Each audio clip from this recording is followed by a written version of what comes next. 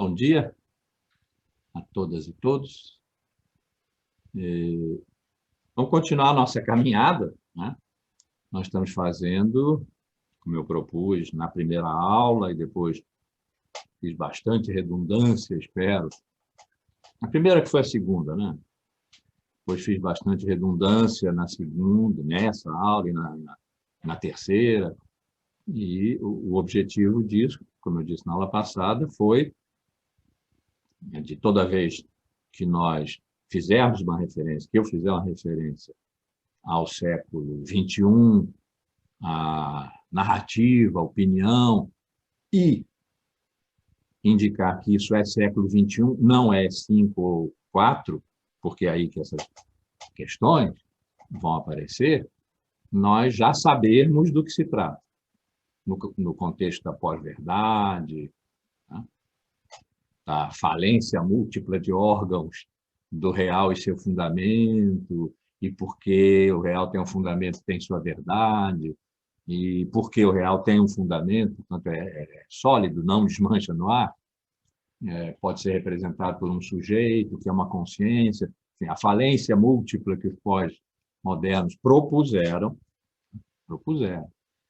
Para isso tudo, enfim, nesse contexto, quando eu falar de narrativa, a gente já mais ou menos sabe do que se trata, quando eu falar de opinião também, e que esse é o lugar em que eu imagino ver reaparecerem certas questões que os sofistas formularam no século V, e, ressalvo de novo, embora os sofistas não estejam chegando, né, como os alquimistas, né, estão chegando os alquimistas, não, os sofistas não estão chegando, mas alguma coisa que ficou no pensamento sofístico pode estar tendo um aproveitamento atual, um aproveitamento vantajoso, no sentido de que produz resultados, que é, afinal de contas, o que se deseja nessa nossa época pós-moderna, regida pela eficácia, de produzir resultados. Né? E isso tem um sentido histórico. Como tem um sentido histórico, o possível, agora bastante aspas, mas já não preciso fazer essa ressalva, retorno dos pré-socráticos, século VI, que eu apresentei aqui para fazer o contraponto, né, dos sofistas com eles, para a gente entender que houve ali uma ruptura e qual foi a qualidade dessa ruptura. E qual é esse motivo? É que no século IV, também já foi dito, mas vamos lembrar, no século IV, Aristóteles, que escreveu a primeira história da filosofia, que é o livro Alfa, livro 1 da metafísica, né? E de Tales em diante, desqualificou todos os pré-socráticos. E os sofistas, afinal, são pré-socráticos. Desqualificou todos os pré-socráticos por não terem compreendido a dinâmica de causalidade, que é mais complexa do que a causa material, como ele chamava, a causa material, que satisfazia a Tales, por exemplo, que disse que é a água o elemento comum de todas as coisas. A água, causa material, não é formal, não é eficiente, não é final. E por isso não era filósofo, verdadeiramente filósofo, Tales. E os outros, ele foi passando por ali. E os sofistas poderiam ter ido nessa de cambulhada, nessa condenação dos pré-socráticos feita, pré-platônicos, que ele chamou, porque ele quis salvar a barra do seu mestre, mas Platão também não viu a quadripartição das causas, né? Mas, enfim, problema de fidelidade ao mestre. De cambulhada poderiam ter ido os sofistas também, claro, eles eram pré-socráticos, embora contemporâneos de Sócrates no século V, do ponto de vista filosófico, pré-socrático. Mas por quê? E aí é o segundo e mais importante motivo de os sofistas terem ficado lá e não terem avançado pela história da filosofia, como os pré-socráticos também, do século VI. Porque eles foram vencidos. O que eles fizeram, que eu já adiantei um pouco na aula passada, mas vai ser o objeto maior dessa e da próxima, suponho, o que eles fizeram foi um escândalo tamanho e de tal forma destruiu as bases de segurança de um pensamento que questiona, que foi o que os pré-socráticos no século VI instituíram, que foi necessário mover contra eles uma guerra santa, que, afinal de contas, era em torno da sabedoria, Sofia, que era sagrada, e que eles violaram. Uma guerra santa, que Sócrates levou ao ponto máximo da contestação. Ele foi contemporâneo dos grandes sofistas, Gorgias, Protágoras, Hípias. De Gorgias e Protágoras, vamos ver se na próxima aula eu trago para cá uns fragmentos e a gente analisa esses fragmentos. Pode ser interessante simplesmente dizer, não, Gorgias disse isso, ver como ele disse, né, e analisar. Ele foi contemporâneo. Os diálogos que depois, no século IV, o grande discípulo de Sócrates escreveu com os nomes desses sofistas, Protágoras, Gorgias, Hípias, foram até dois, Hípias maior e Hípias menor, não se pode garantir que sejam transcrições, né, porque a maior probabilidade é que Platão tenha sabido de muito segunda mão, né, esses diálogos. Embora Sócrates tenha morrido em 399, portanto, no comecinho do quarto século, e Platão tenha nascido em 427, né, ainda dentro do quinto século, é muito improvável que ele tenha tido idade para acompanhar os diálogos, vamos dizer, em primeira mão de Sócrates com esses sofistas. Mas não é improvável que Sócrates os tenha repetido em direct speech. Bom, aí, conversando com Gorgias, ele disse isso, disse aquilo, e Platão recompôs o diálogo. Quero dizer, que aquelas ideias sejam realmente as ideias de Sócrates. Se for assim,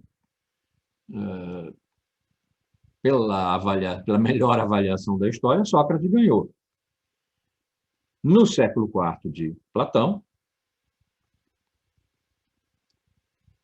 essa vitória foi consagrada, porque os diálogos socráticos de Platão, diálogos de juventude e tal, têm evidente viés. Aquilo é para Sócrates ganhar. Vocês já leram alguns e devem se lembrar que está lá. Sócrates fala, faz perguntas e tal, e você não concorda que tal coisa assim? Aí responde o contendor dele, certamente, Sócrates. E se considerar que isso, que aquilo, vejo da mesma forma, Sócrates. Raramente os adversários têm um discurso longo e convincente, com a intenção de convencer. É um diálogo, ping-pong, pai, bola, mas em que Sócrates fala mais, nem sempre conclusivo. Há efetivamente diálogos que não fecham, e é dito que não fecharam, que tem que ser seguido. No dia seguinte nos encontramos aqui e depois não se encontra, ou em outro diálogo, né, pode-se imaginar que aquele tenha sido uma sequência das teses, embora não retomadas exatamente, do que tinha sido discutido naquele diálogo que ficou sem conclusão. Mas nos diálogos de juventude, diálogos que nós temos o direito de supor que estavam bem próximos do que Sócrates teria conversado com esses grandes sofistas e que Platão, não tendo estado na plateia, no entanto, soube de primeira mão.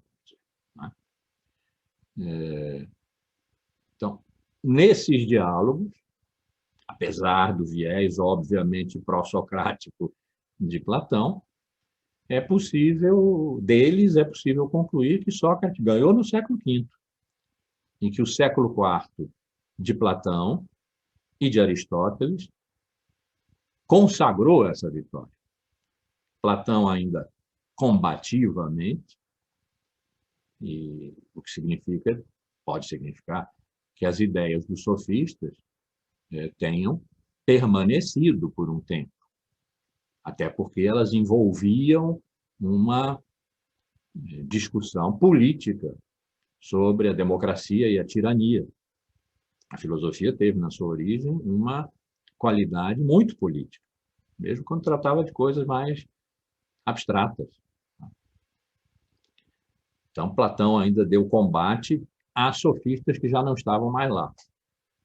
Mas os diálogos podem ter, além de reproduzirem o método socrático das perguntas e respostas, podem ter ainda tido esse desejo de eficácia, de demonstrar vivamente a falácia da sofística. Aristóteles, que entrou na Academia de Platão com 18 anos e saiu quando Platão morreu. Platão tinha 80. Fundou com 40. Então, 40 anos, não sei exatamente quais, eu precisaria aqui fazer o cálculo de quando Aristóteles nasceu, quando ele teve 18 anos. Se vocês tiverem interesse, prometo fazer esse cálculo trazendo na próxima aula. Mas ficou muito tempo na academia, onde ele foi aluno, e imagino que tenha sido professor, não sabemos, mas pelo tempo que ele ficou lá, ele não ficou de aluno, daria mais do que 4 pós-doutorados. Professor. E começou escrevendo diálogos que se perderam com os títulos dos diálogos de Platão e concordando com as teses de Platão, e depois discordando, e depois se opondo. Mas antes de sair da academia, porque Aristóteles só fundou o seu liceu depois de Platão ter morrido, ele ter saído da academia, ter fugido da perseguição que os partidários de Alexandre, da Macedônia, Alexandre o Grande, sofreram, e ele tinha sido o preceptor de Alexandre. Esconderam os livros dele, foram encontrados 3 séculos depois, quando os romanos invadiram a Grécia, e o poderosíssimo livro que é a Metafísica de Aristóteles foi encontrado enterrado na adega do neto de um aluno de Aristóteles. E os diálogos desapareceram. Mas nós temos testemunhos, vários, que nos dão a certeza de que Aristóteles veio a fundar o seu liceu há uns 18 anos de morrer. Ele morreu cedo, com a idade de Foucault, 62. Morreu com 62 anos, e ele foi Aristóteles aí dos 48, mais ou menos, em diante. Dos 18 aos 48 são 30, vamos dizer que ele tenha passado uns 35 por Platão, e depois foi dar aula numa cidade próxima para se proteger, junto com uns egressos também da Academia de Platão, depois fugiu, voltou a Atenas, fundou sua escola, e aí é que ele foi o grande Aristóteles, porque os livros dele que nós temos, os tratados, uma nova forma de linguagem para a filosofia, os tratados, tudo indica que foram livros escritos para aula, não para circulação. Para circulação havia os diálogos, mas como os de Platão, mas os diálogos desapareceram. É possível que Platão tenha tido textos, livros, que foram usados em aula, mas esses desapareceram, simétricos. Então, os grandes livros de Aristóteles foram provavelmente produzidos para aula, e a Metafísica, que são 11 livros, depende de como se divida, né? Podem ser 13, que são 11. livros, alguns são claramente anotações de aula. Outros, visivelmente, foram escritos por Aristóteles. Outros podem ser textos de escola, não vou dizer apostilas, mas escritos por alunos, por discípulos, e que foram reunidos. Muito tempo depois, do século I, depois que os romanos invadiram Atenas e encontraram a lógica, que não se chamava lógica. Aqui Aristóteles não dava o nome de lógica, dava de analítica, onde tinha um livro contra os sofistas. Era a esse ponto que eu queria chegar. Um livro contra os sofistas. Refutações sofísticas. Está na Lógica, de Aristóteles, produzida provavelmente em sala de aula, ou para a sala de aula. Em sala de aula, não. Isso foi no século XIII, quando começaram as universidades, era assim, era em sala de aula mesmo, que o saber, conhecimento se produzia. Mas para a sala de aula, como livro-texto, aí estão lá as refutações aos sofistas, na lógica, ou seja, na ciência do logos. Vamos voltar a isso. No livro dele, que trata do logos como objeto de conhecimento, em que ele ensina como é necessário usar o logos. Mas aí logos já é razão.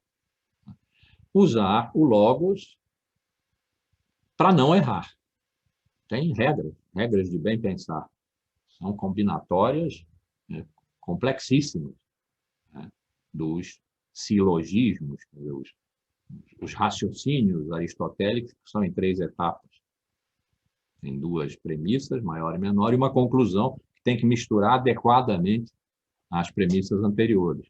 Adequadamente significa, tem regra, dependendo de ser um silogismo afirmativo ou negativo, demonstrativo ou hipotético, do geral para o particular ou do particular para o geral. Então, ali o sofista já estava vencido. Se já era possível extrair do bom comportamento da razão em busca da verdade regras para não errar, regras para não ser sofista, os sofistas não estavam mais presentes nem uma extensão, vamos chamar, ideológica deles na cidade de Atenas. Aristóteles já pôde construir um grande sistema coerente, estrutural, sistêmico, fechado, porque não tinha mais os grandes adversários, aqueles que botariam o dedo na ferida do sistema, de ser sistema. Porque para ser sistema tem que deixar de fora tudo que não é sistema, tudo que é caos, que é a vida, né, que é o mundo, a natureza. Então, essa vitória sobre os sofistas, de Sócrates primeiro, ao vivo, ferro em brasa, de Platão mimetizando Sócrates. Platão era grande, então não era uma ata dos diálogos socráticos, mas admite-se, tão perto quanto possível dos diálogos de que ele tomou conhecimento quando era jovem. E esses diálogos dele, Platão, foram escritos quando ele era jovem, chamados diálogos de juventude. E, finalmente, a consagração da vitória sobre os sofistas em Aristóteles, na lógica, no livro específico, está nos outros, né? Mas no livro específico, Refutações Sofistas, fizeram com que os sofistas desaparecessem. E desaparecessem de maneira extremamente inglória. Porque ser sofista ficou sendo, e é até hoje, uma marca de Caim, uma marca de traição. Traição ao pensamento, traição à verdade. Até hoje.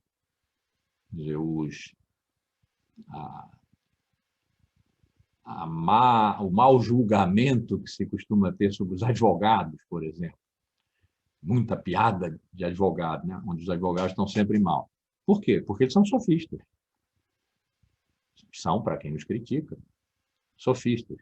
Eles não estão interessados na verdade, eles estão interessados na utilidade. Eles precisam fazer vencer a tese do seu cliente, que pode ser uma barbaridade existencial, desde que seja demonstrável juridicamente, legalmente, jurisprudencialmente, etc. Eles são, essencialmente, o que os sofistas foram, do ponto de vista dos dispositivos de linguagem que os caracterizam, retóricos e oradores. Isso era o que os sofistas eram, oradores e retóricos.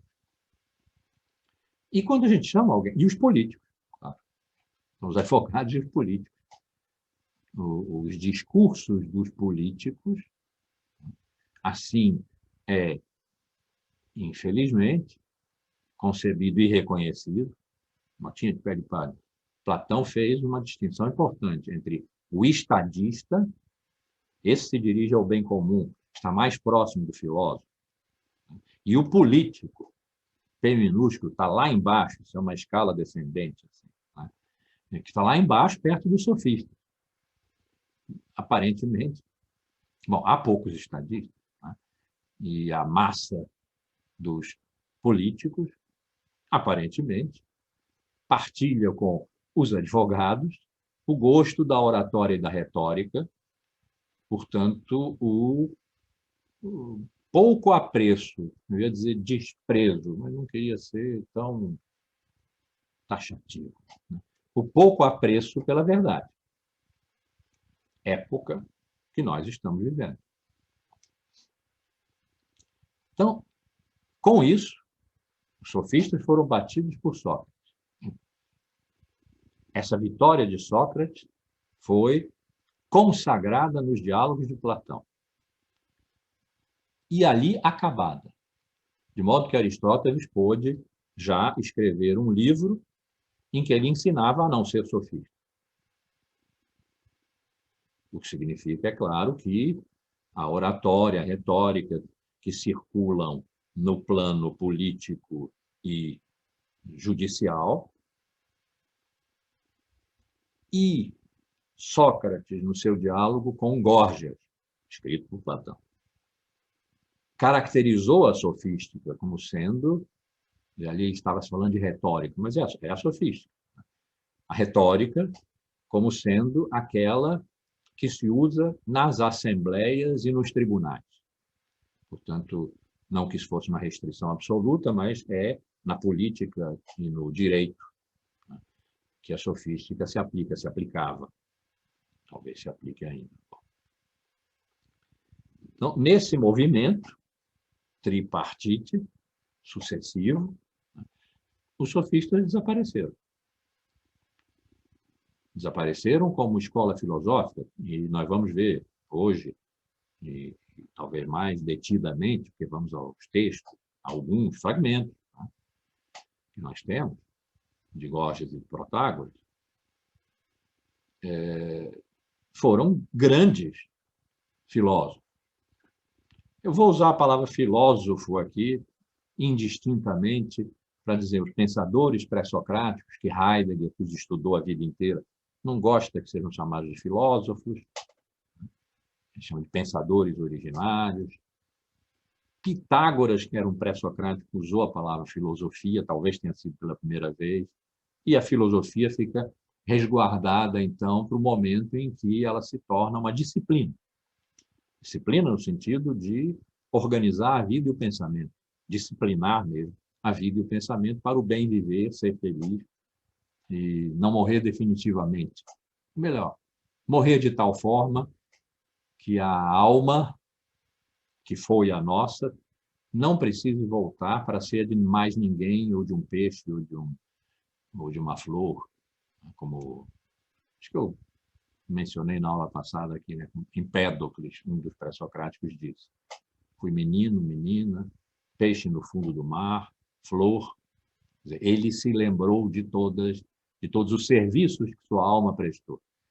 E a ideia era, quando alguém, aí naturalmente tem que ser um humano, o serviço tem que estar sendo prestado a uma pessoa.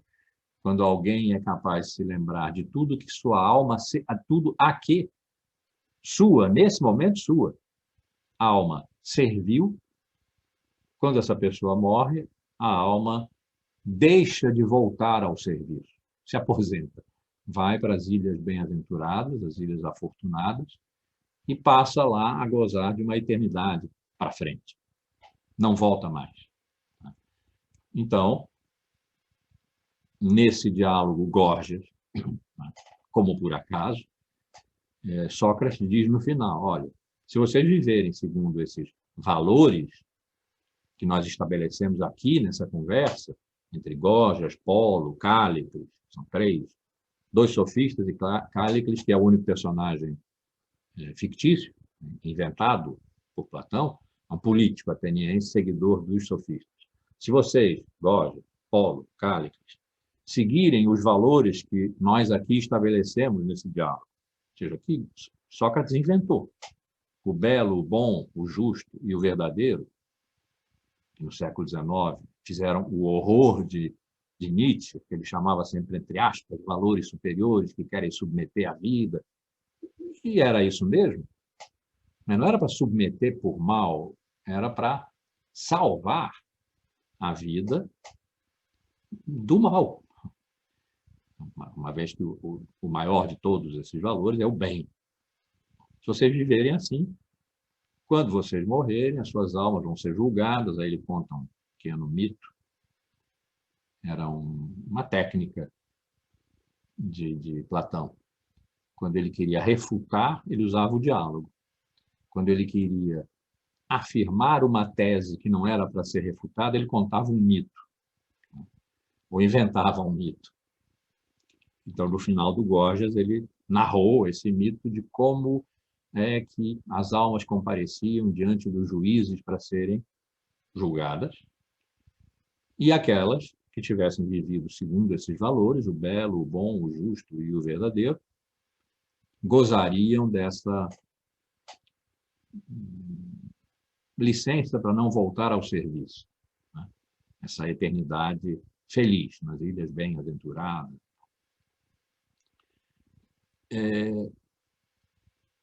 Então, esses valores foram os vencedores. Quer dizer, quando a filosofia se estabeleceu, os sofistas saíram da cena, porque foram vencidos nesses três momentos sucessivos, né? Mas foram vencidos porque representavam o que há de ruim. E ninguém quereria ser um sofista, a não ser por cálculo político. Porque está se tratando aí de poder. Não era disso que se tratava no pensamento pré-socrático, que os sofistas destruíram, mas nós vamos ver na próxima aula, quando formos ver os textos, destruíram, mas num nível altíssimo.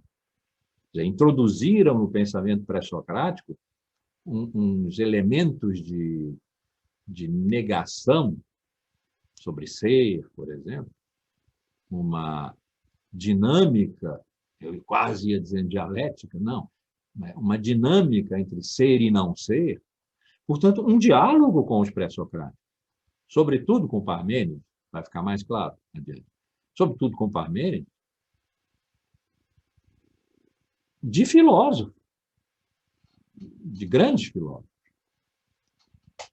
Por causa das atitudes, vamos dizer, políticas e morais, e imorais, assim concebidas por Sócrates e condenadas, que esses grandes filósofos tiveram como primeiros professores ambulantes, talvez os primeiros professores da Grécia, os primeiros professores da nossa tradição de professores. Por causa das atitudes deles, é que eles foram primeiro atacados por Sócrates. Não foi pelas teses. Platão se ocupou das teses, não nos diálogos socráticos. que acompanham o horror socrático ao vilipêndio sofístico em relação à sabedoria. Mas as teses dos sofistas, sem serem muito citadas, foram no Protágoras, no Gorgias mesmo, mas no Protágoras, nesse diálogo, Protágoras, razoavelmente citadas e razoavelmente maltratadas. Mas nos outros diálogos platônicos, percebe-se, se você estiver olhando para isso, se tiver posto esses óculos na hora de ler esses diálogos, percebe-se que ele está dialogando com os sofistas. Porque, embora ele gostasse, talvez, de dialogar com os pré-socráticos, ele escreveu um dos mais poderosos diálogos dele, chama Parmênio. Ele estava ali dialogando com Parmênio, mas dialogando e discordando. E espero que isso não seja tomado como uma maldade da minha parte.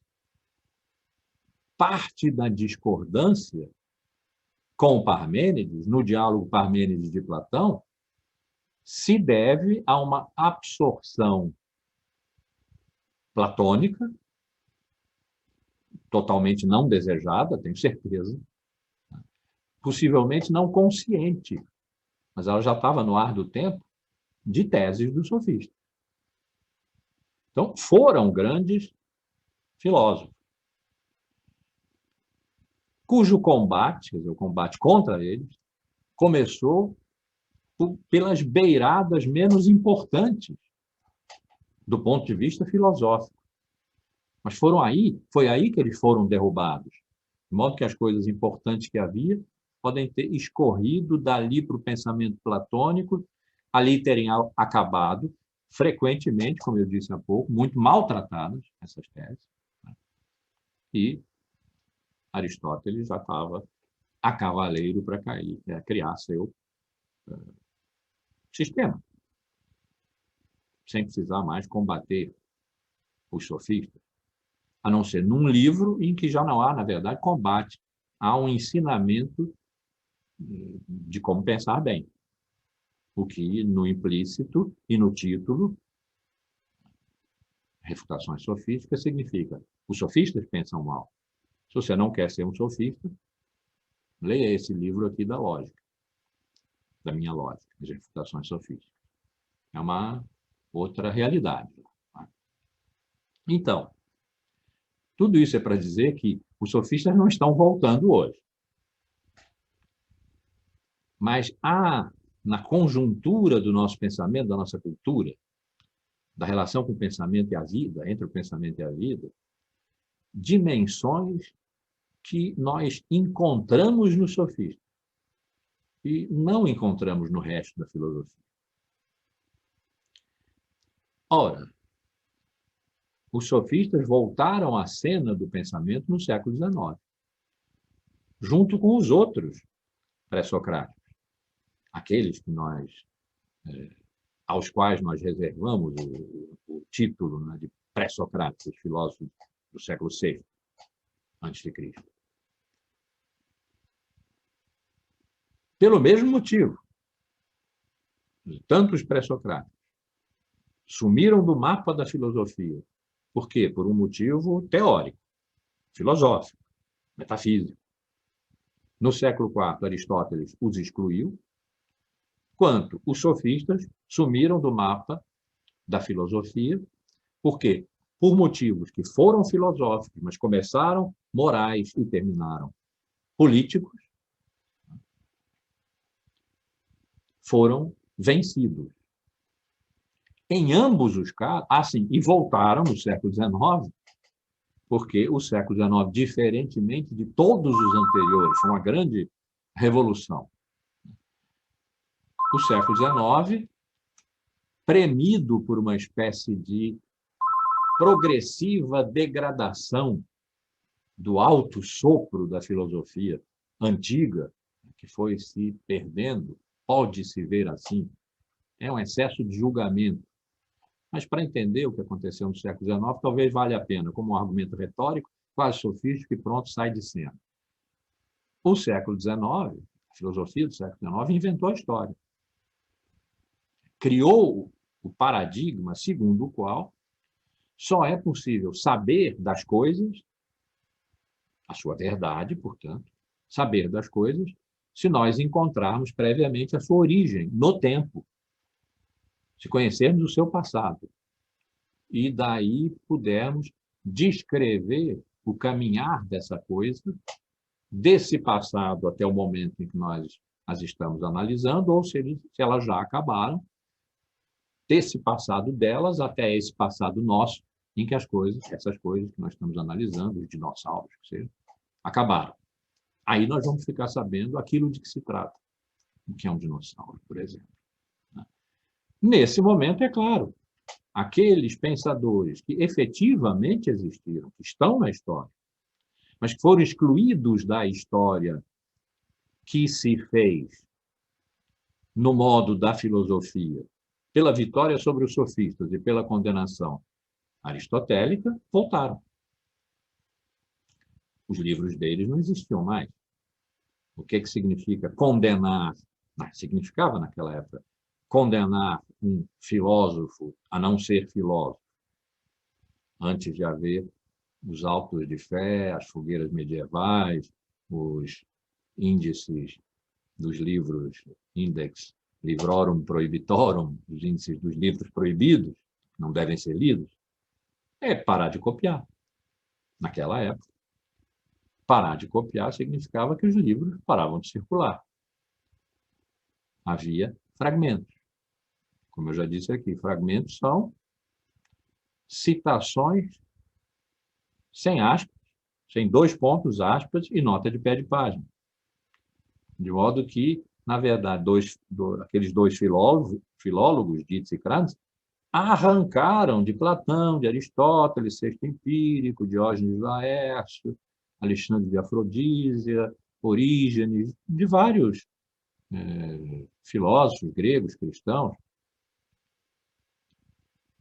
fragmentos que poderiam ter sido escritos daquele modo por pré-socráticos, que teriam pensado daquele modo, porque assim dizem Platão, Aristóteles, Sexto Empírico. Quando Aristóteles diz, não viram as quatro causas, não sei o quê.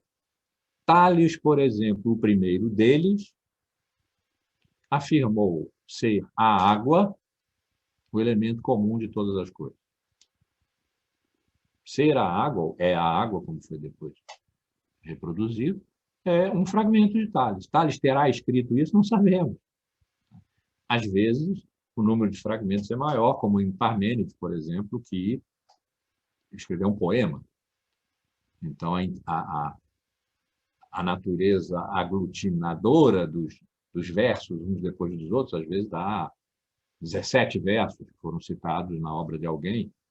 É razoável supor que realmente aquilo é o pensamento de Parmênides e é como Parmênides o expressou. Outros, muito pouco. E assim também para os sofistas.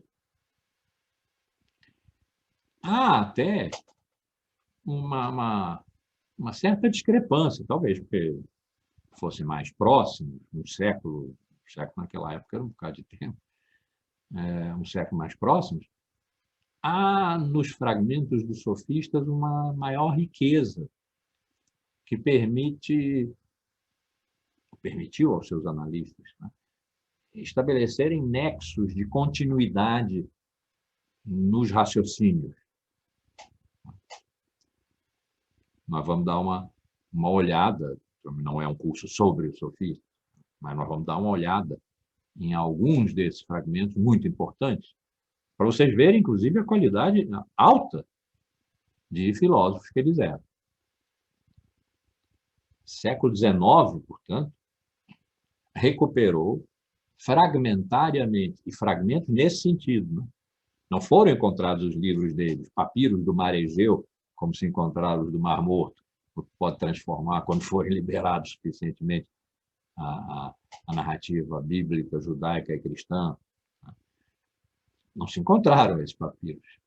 No dia em que se encontrarem, se um dia se encontrassem, seria uma revolução extraordinária, eu imagino. Pode ser que não tenha nada lá, que os pré-socráticos tenham pensado outras coisas, importantíssimas, mas outras coisas. Ficção melancólica, vamos esquecer. Então, fragmentariamente, nesse sentido de fragmento, eles só reapareceram no século XIX.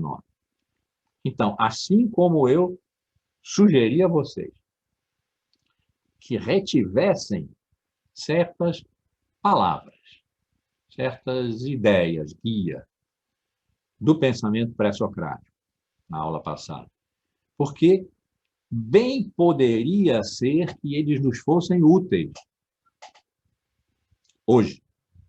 E isso, como eu disse então, e digo agora de novo, não quer dizer que nós, de repente, passemos a ser pré-socráticos, condenemos toda a história da filosofia como um engodo, uma espécie de simulacro de filosofia, só os pré-socráticos sabiam realmente a radicalidade do pensamento, eliminar toda a história da filosofia, um pouco como os pós-modernos fizeram no final do século XX.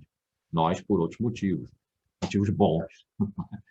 Não, claro que não. Mas há ali algumas questões, algumas palavras, vamos reter por enquanto como palavras no pensamento pré-socrático, que podem dar a pensar a nós hoje. E a mesma coisa com os sofistas.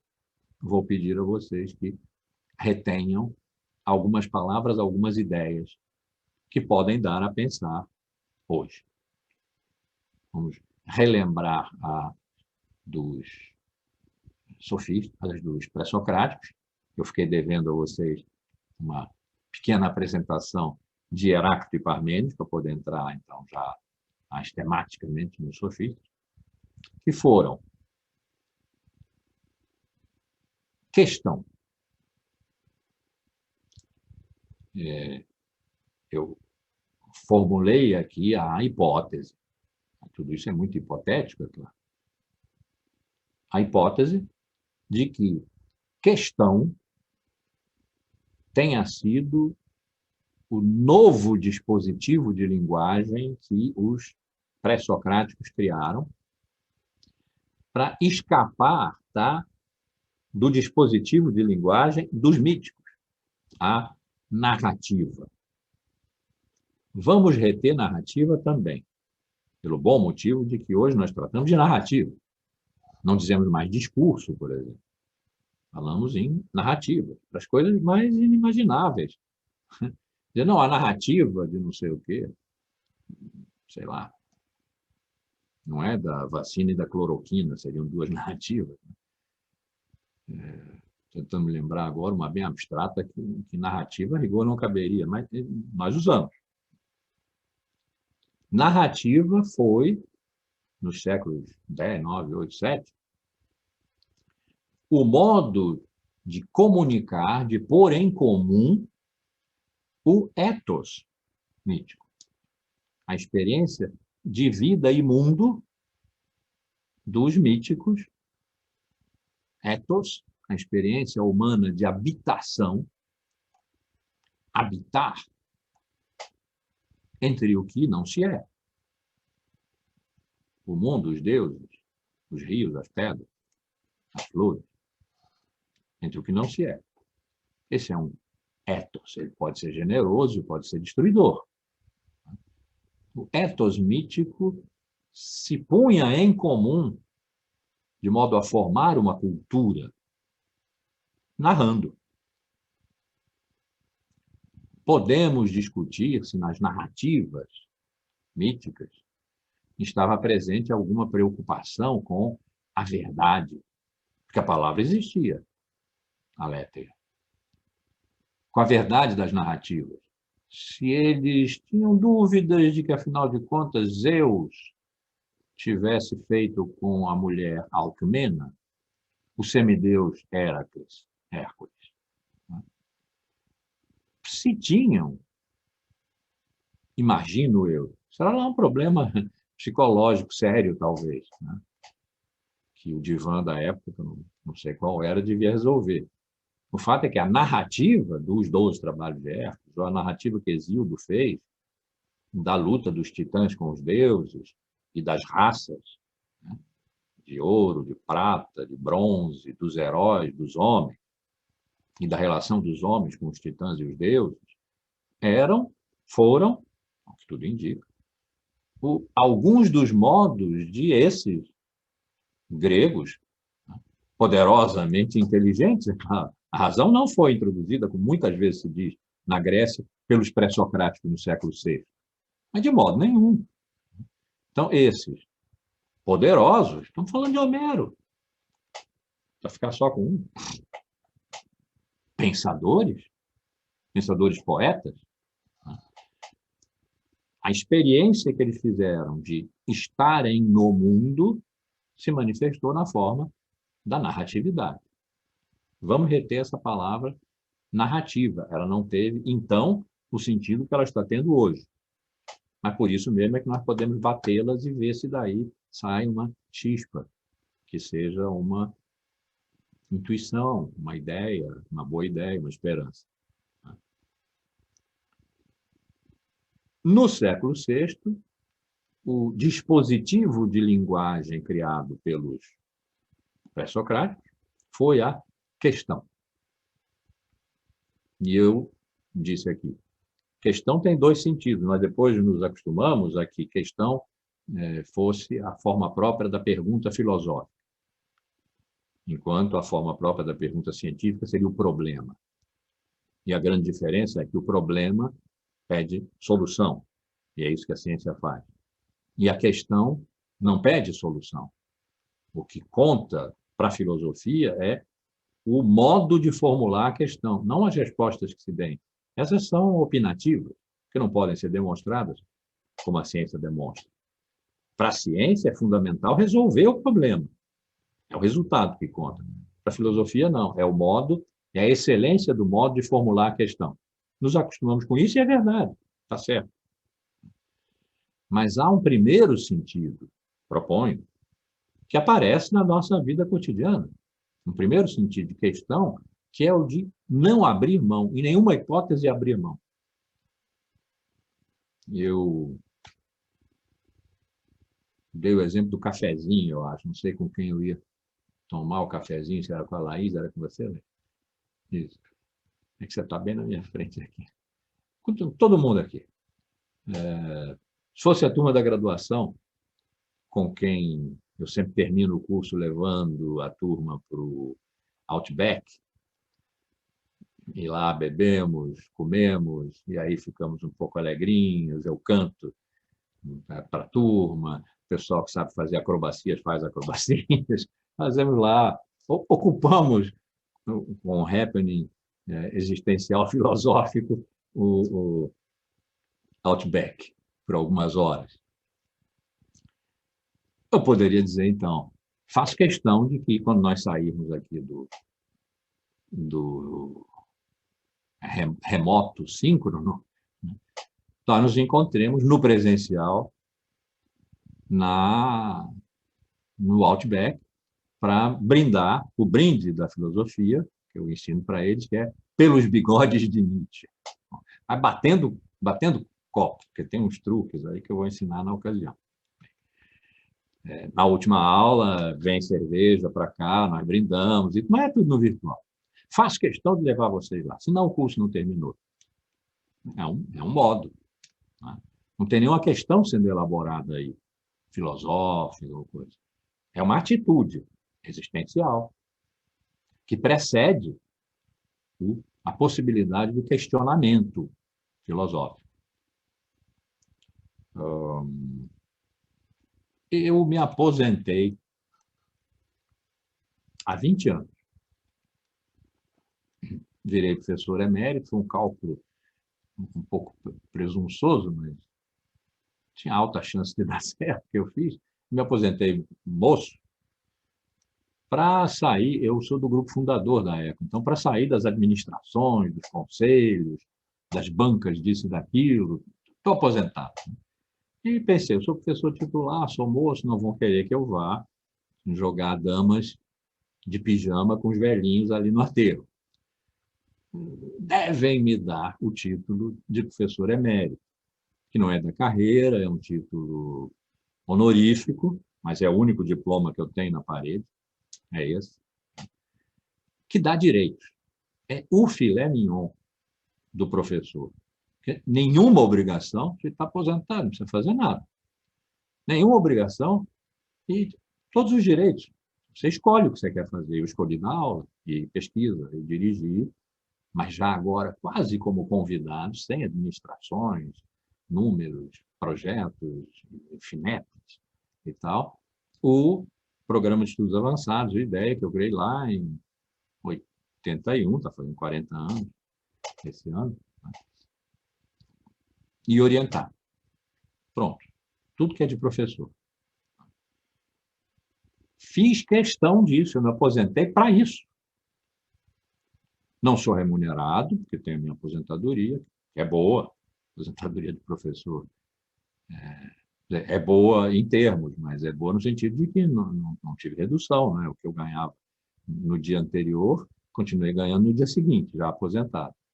Então, não posso receber nada. Fiz questão de continuar professor. Há 20 anos, eu, aposentado, dou aula todos os dias. Não? Faço questão. Isso é uma atitude. Depois, pode-se questionar essa atitude.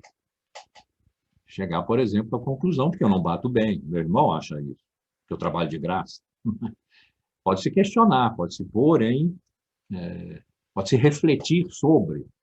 Mas a primeira dimensão de questão é não abrir mão.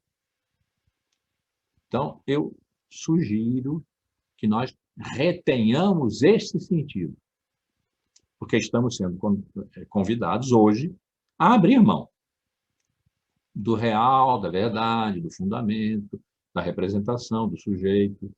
Eu não estou propondo que mantenhamos tudo isso, mas que façamos questão de não abrir mão, para depois poder questionar se, de fato, isso continua fazendo algum sentido, ou nenhum, ou outro, que é a minha aposta.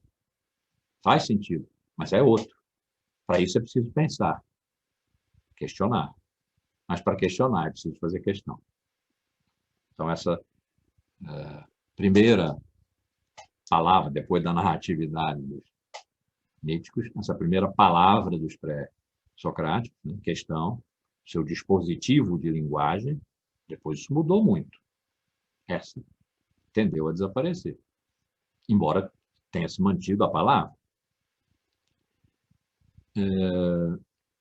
Outra, essa mais difícil, fica a palavra e fica em suspenso. O mesmo. A partir daquela sentença de Parmênides, o mesmo é ser e também pensar, em que eu propus que, embora os termos sejam intercambiáveis, porque é uma frase em que o verbo é um verbo de transição, o verbo ser.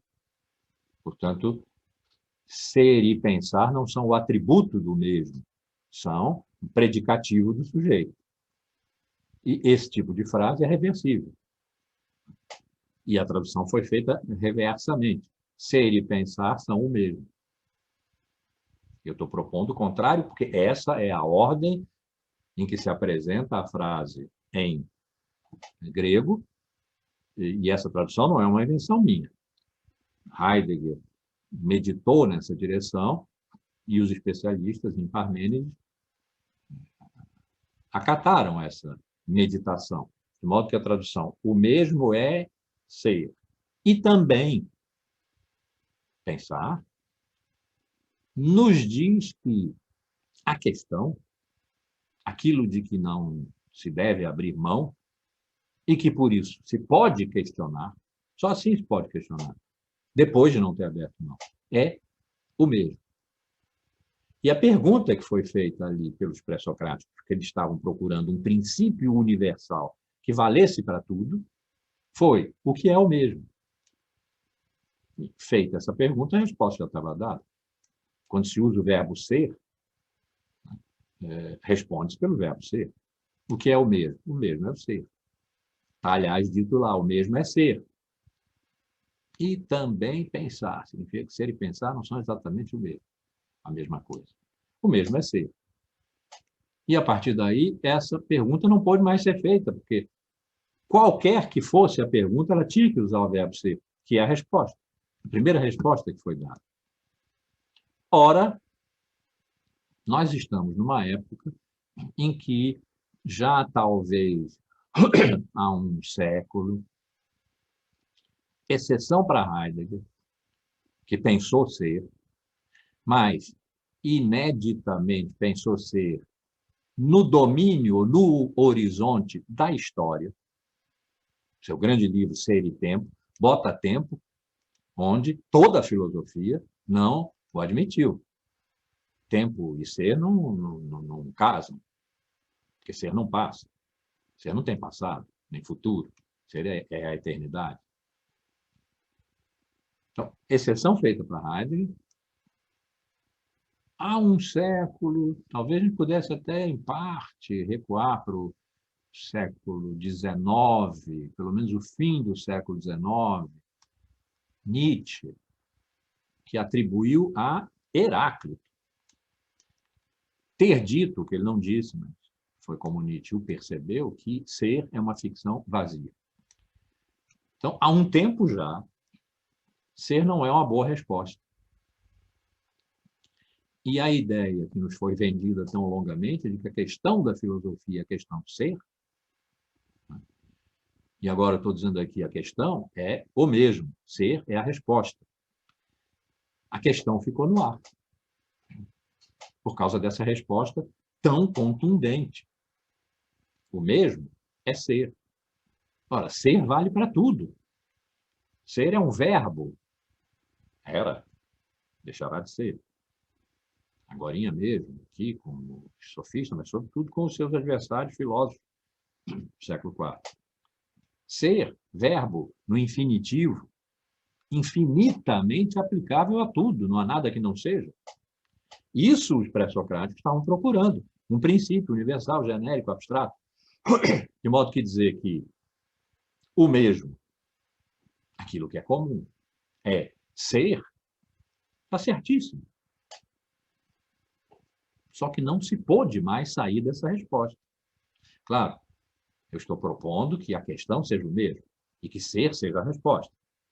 Porque não digo que é arbitrário, porque está pensado, mas é arriscado e talvez seja suficientemente herético para ser daquelas heresias que não são para levar muito a sério, porque são um pouco idiosincráticas e tal. Ah, é o cara. Pode ser. Mas eu estou propondo isso. A questão é o mesmo. A resposta foi o ser. Essa resposta caducou. Ou assim nós podemos supor quando visitamos a filosofia do último século e meio. Ser caducou. Se o mesmo é a questão,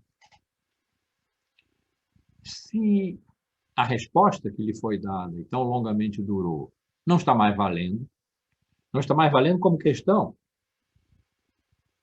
mais ainda, então, não está mais valendo como resposta a uma questão que nunca pôde ser formulada porque já tinha sido respondida. Ou mesmo pode ser alguma coisa que nós tenhamos a pegar e pensar de uma maneira diferente da que foi pensada. E isso pode muito bem significar a filosofia acabou aqui. Heidegger admitiu isso. No livro dele, Ser e Tempo, que é de 1927. Vai fazer 100 anos daqui a pouco. Admitiu que a filosofia, aquela que começou com Platão e Aristóteles, acabou. Que é preciso agora fazer outra coisa. Ele deu lá a receita dele, depois desistiu dela, viu que não era possível. Nos termos em que ele a colocou, não significa que não fosse possível de tu. Os pós-modernos disseram, no final do século, que a filosofia acabou, pois não tem mais real. Ou melhor, se o real perdeu interesse, perdeu credibilidade. E a questão da filosofia é o real? O que é o real? Se o que é ser?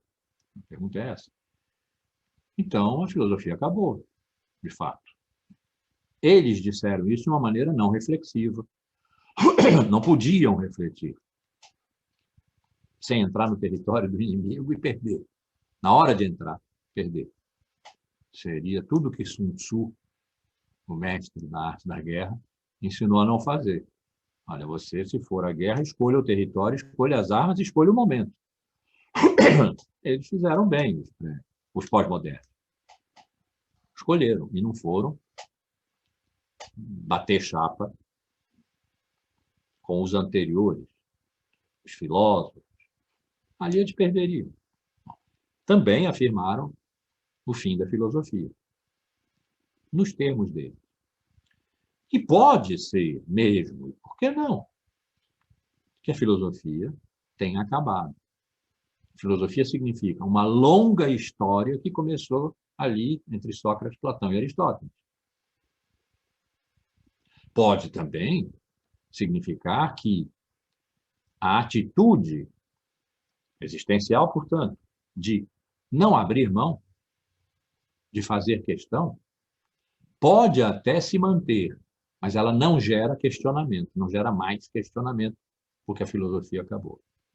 E pode também não mais se manter essa atitude existencial de não abrir mão, porque ela pode fazer obstáculo à produção incessante de narrativas e resultados, e eficácias. Porque não abrir mão pode ser um freio à velocidade tecnológica do nosso tempo e à passagem, que eu não sei se se encerrou, acredito que não, de uma cultura da comunicação, uma cultura que se faz entre dois, pelo menos, que se faz entre, há um lugar entre nessa cultura, que nós longamente experimentamos. E o que se faz, o que se passa nesse lugar entre, é a produção de sentido entre dois.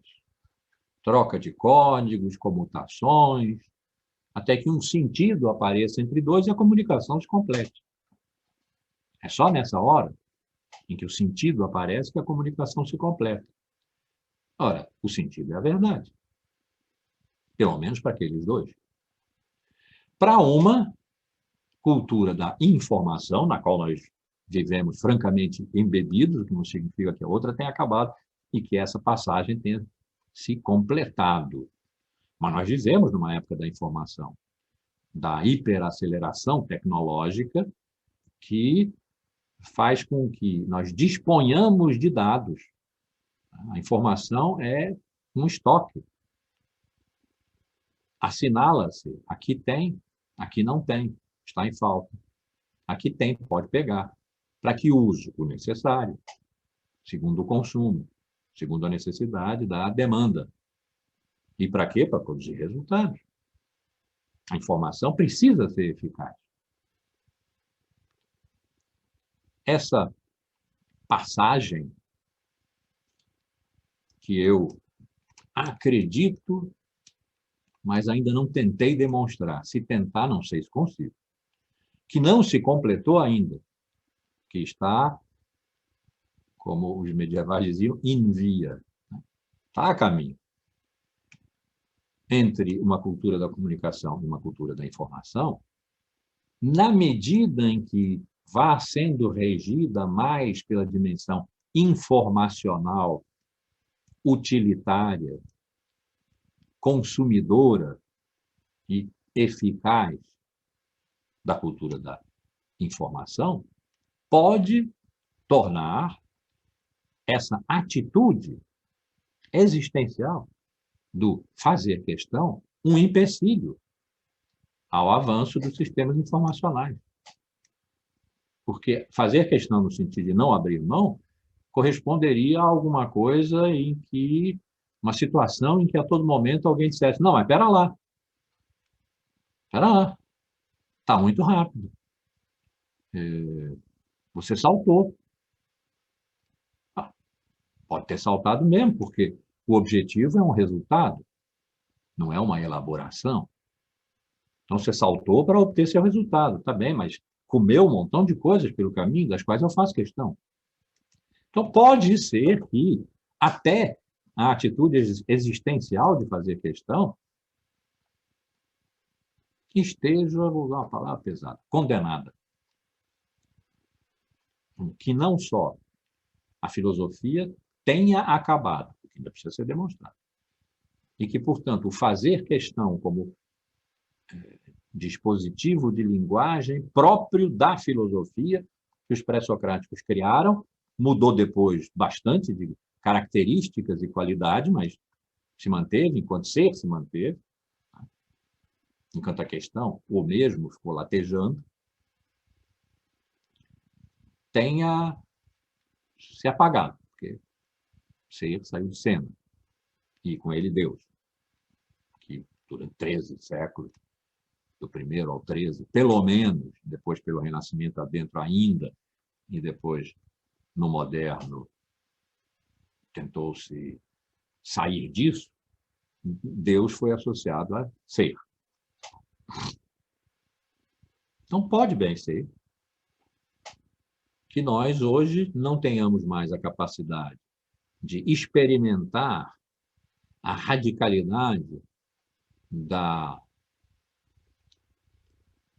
necessidade existencial de fazer questão, embrulhados, às vezes bem até, pelas necessidades, os prazeres, os gozos, as utilidades do consumo, no limite do consumismo. E que, no segundo nível, formular a questão a partir da questão que se faz, do mundo, das coisas, da vida, não seja mais possível. Então, vamos manter a palavra questão e vamos manter a palavra o mesmo. Porque, como eu estava dizendo, se a filosofia acabou, porque ser a resposta, a grande, transepocal resposta à questão o mesmo, se encerrou, se é que se encerrou, também precisa ser pensado. Então, o mesmo pode ter ficado agora como uma oferta generosa para nós, né? Voltarmos a pensar, reaprendermos a pensar numa dimensão de extrema radicalidade, que compete à filosofia. Eu vou continuar usando a palavra, né? Que compete à filosofia, que, no entanto, está em franca minoria, ela que já foi a rainha das ciências, está em franca minoria na nossa época, muito fragilizada. Pensar o mesmo. Eu não vou iniciar esse pensamento aqui, nem nessa aula, nem nesse curso. Um dia, quem sabe. Mas sempre é bom lembrar que nós estamos numa época em que o mundo se globalizou. Numa globalização tão radical que não sobrou mais espaço para oposição entre o mundo e a terra, entre a cultura e a natureza. E a terra invadiu o mundo. O vírus sendo a presença mais horrível, mas há as boas da terra no mundo. E que, portanto, refletir sobre o mesmo, se não for na forma de uma questão teórica abstrata, mas na forma da nossa existência implicada na natureza, possa ser importante para viver. Que o mundo globalizado, cuja intenção é ser um só, o mesmo para todos, o mesmo apareça aí como uma questão inquietante. Há um fragmento de Heráclito que diz: o mundo, cosmos, o mundo, o mesmo em toda parte. Nenhum homem, nenhum Deus o fez, mas era, é e será um fogo sempre vivo que se acende em medidas e se apaga em medidas.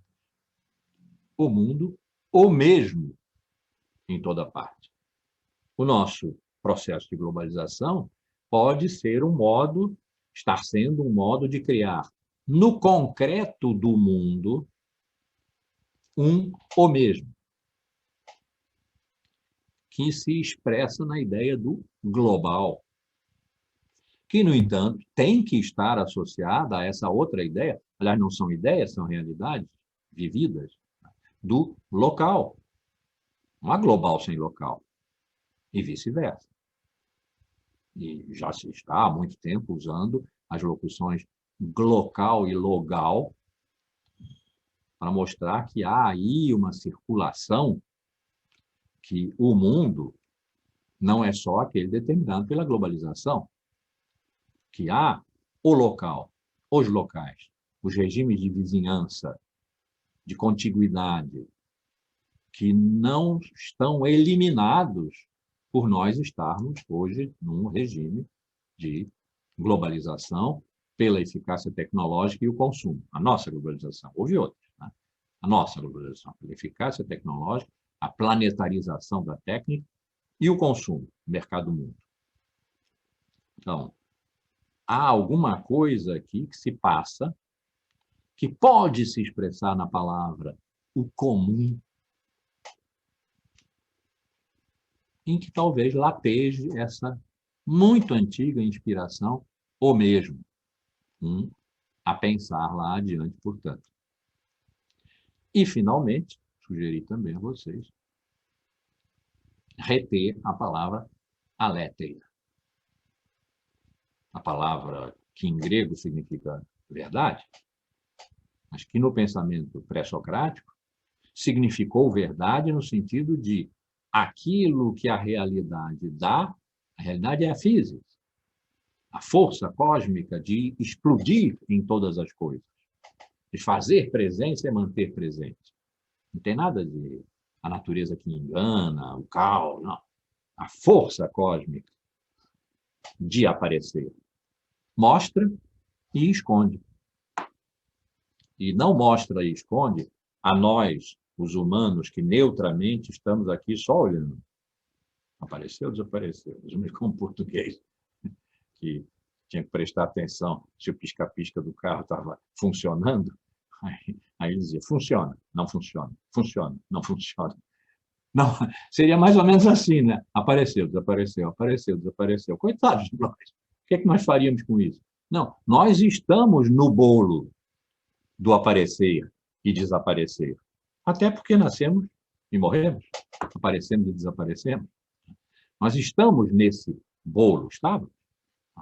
Então, a aletheia é como uma maré que vai e vem, que explode em água e depois implode em terra. A maré. Essa experiência nunca foi testada, porque Aristóteles disse que esse pessoal não era filósofo. A palavra continuou sendo usada, porque a questão da verdade, associada à questão do ser, ficou sendo a questão da filosofia, mas não nesse domínio aí, das marés, da força que explode, mantém na presença e recolhe e esconde, de physis e logos, como eu apresentei aqui na aula passada. Então, vamos reter essas palavras. Usando a nosso favor o fato, se é um fato, de que elas não sofreram a usura do tempo, elas não se desgastaram. Ou mesmo, nunca mais foi perguntado, porque ser foi uma resposta que durou, durou, durou. Foi ser que foi sendo desmilinguido desde aquela alta intuição pré-socrática do comum a tudo, sendo logos o que é comum, disse Heráclito. Vão, no entanto, alguns homens supondo possuírem uma inteligência particular. Do comum a tudo, até lá no moderno, Descartes. O que é ser? É o ser humano. O que é ser humano? É o indivíduo. E quem é o indivíduo? Sou eu. Eu não o eu. Um qualquer eu. Eu. 003-750-559-91, CPF, eu.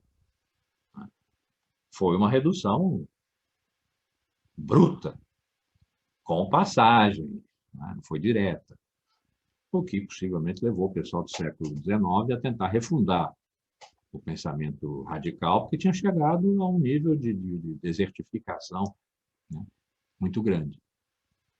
Essa questão, ou mesmo, não sofreu desgaste. A resposta sofreu, mas a questão, não. Se é que ela é uma questão. A Aletheia, a experiência de verdade, não sofreu desgaste. Ela foi posta em outro lugar. Ela não foi derrubada, vencida e enterrada. Ela, a questão da verdade, foi posta em outro lugar, incompatível com aquele, que lá ficou e pode retornar. Não por sua força própria, mas porque nós a chamamos. Então, vamos manter em suspenso para nosso uso de pensamento, se nós formos capazes ainda de, existencialmente, não abrirmos mão da verdade, que é o tema desse curso, vamos manter lá.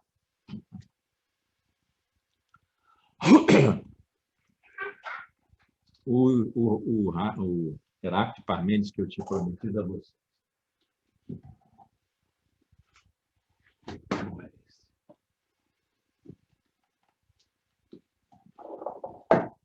Eu sempre pego o livro errado.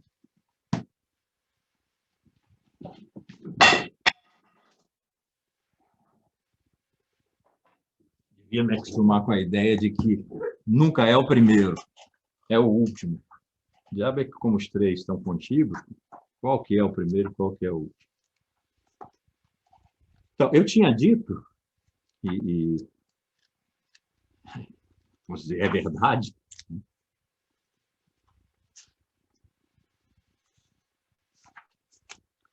que os pré-socráticos, obviamente, não se perguntaram, em momento nenhum, acho que fica evidente pelo que eu já disse aqui, o que é ser. Eles podem ter perguntado sem formular a questão e respondido sem se dar conta de que era uma resposta, que o mesmo é ser. Mas não se perguntaram o que é ser. Por isso eu tenho insistido tanto em dizer aqui, ser é verbo no infinitivo. Vai ser substantivo, não sei se ainda hoje, a próxima aula com certeza, assim que os sofistas entrarem em cena.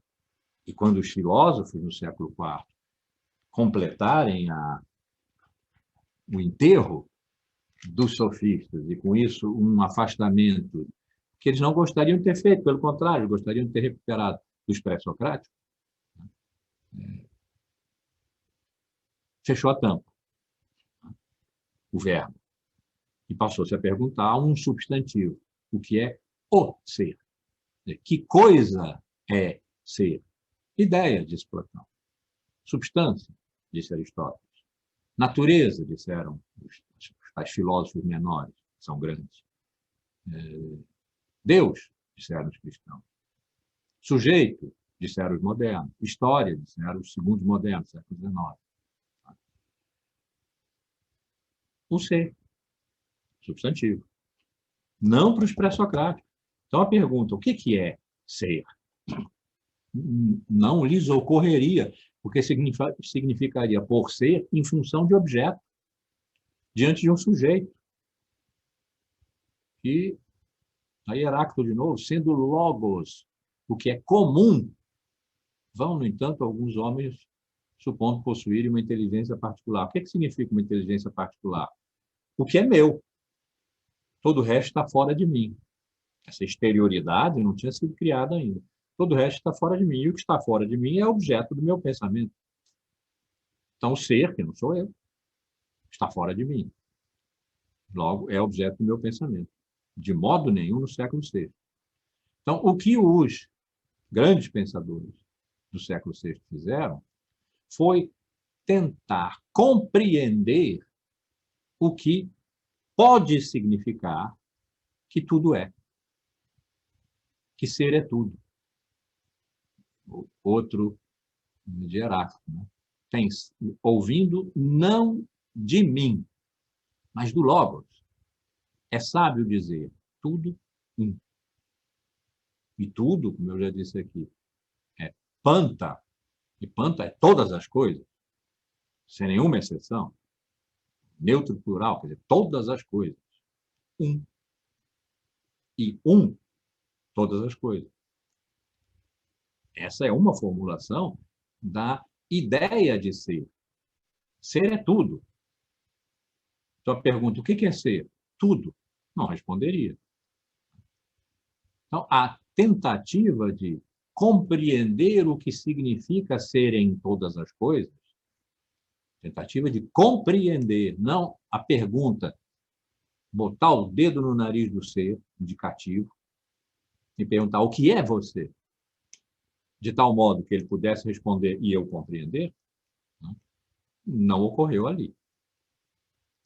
Nas tentativas de compreensão do que significa ser em todas as coisas, destacam-se duas, ou porque nós temos mais fragmentos desses dois, ou nós temos mais fragmentos desses dois porque eles são realmente os mais destacados. É um paradoxo Tostines, né? é mais crunch, porque vende mais ou vende mais porque é mais crunch. Então, aqui, Heráclito e Parmênides, nós temos o maior número de fragmentos desses dois. Será porque eles são os que melhor indicaram o que foi o século VI? Ou nós pensamos que o século VI foi o que ele foi porque temos um número maior de fragmentos de Heráclito e Parmênides? Não sabemos. Mas o fato é que temos maior número de fragmentos. E eles fazem experiências distintas, que 2 séculos depois foram vistas por Platão como opostas, o que faz todo sentido com o pensamento dialógico, dialético, dia 2, através, né, de Platão, com a dialética de Platão. Opostos. Sendo, portanto, Heráclito e Parmênides chefes de escolas rivais. Essa é a leitura de Platão. Esses são os pré-socráticos que nós conhecemos. No século XX foi feito todo um trabalho de limpeza, aquilo que os arqueólogos fazem com aqueles pincéisinhos e tal, né? Tentativa de limpeza do pensamento pré-socrático para deixá-lo pensar, soar pré-socraticamente. Mas é muito difícil. Como é que nós sabemos quando eles estão soando pré-socraticamente? Se durante 23 séculos eles não soaram. Mas Platão viu como opostos e atribuiu Heráclito aos sofistas. Ele disse, Heráclito é o mestre dos sofistas. E adotou Parmênides, que ficou sendo, então, o paradigma do pensamento filosófico, esse que Platão criou na escola, a academia e Aristóteles no liceu, e que vinha da inspiração socrática na luta com os sofistas.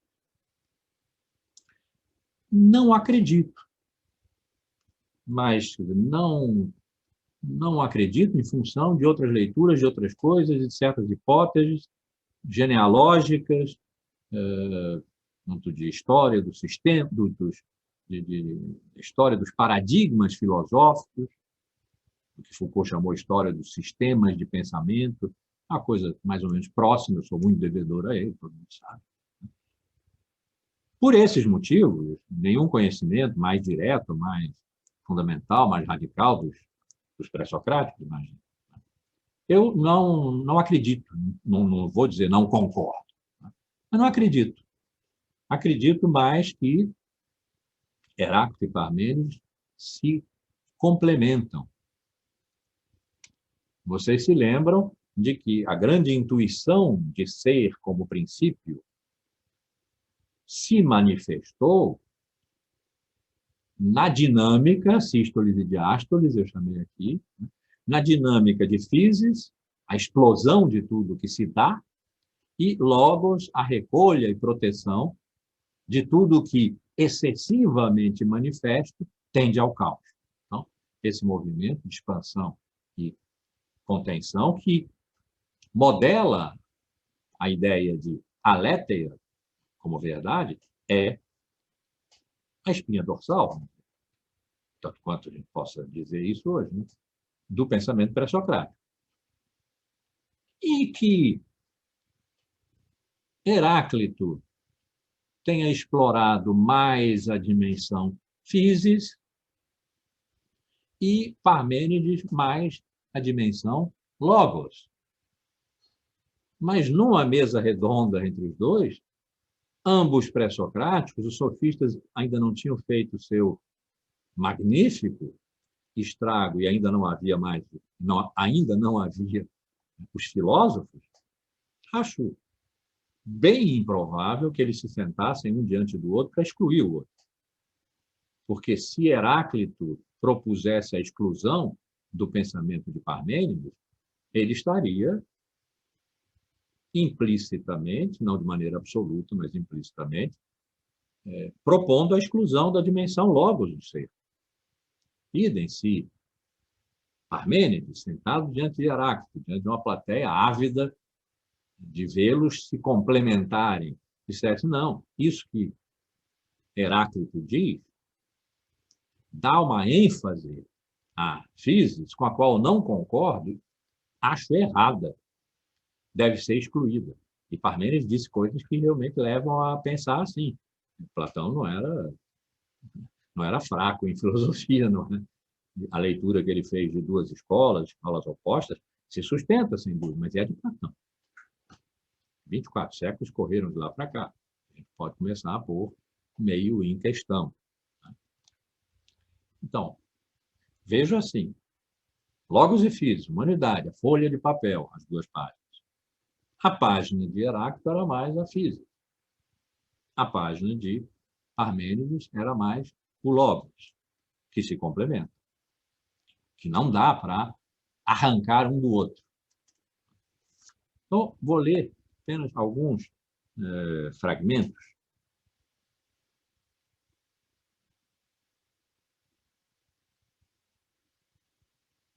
Aquele de que eu já falei aqui, que foi pessimamente traduzido, natureza ama esconder-se.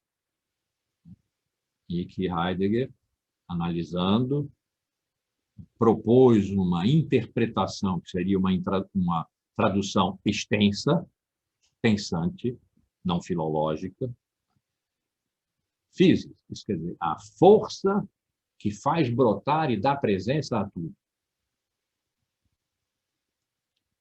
Com essa mesma força, quer dizer, tende a philein, a sentença em grego é physis, cryptestai, philein. Philein é filia, hemofilia, uma tendência ao sangue se esvair, né? Então, philein tende a força que de si mesma faz brotar tudo que é, physis, tende a, philein, cryptestai, esconder-se. Mas isso aí é um verbo que está na voz passiva, a ser escondido.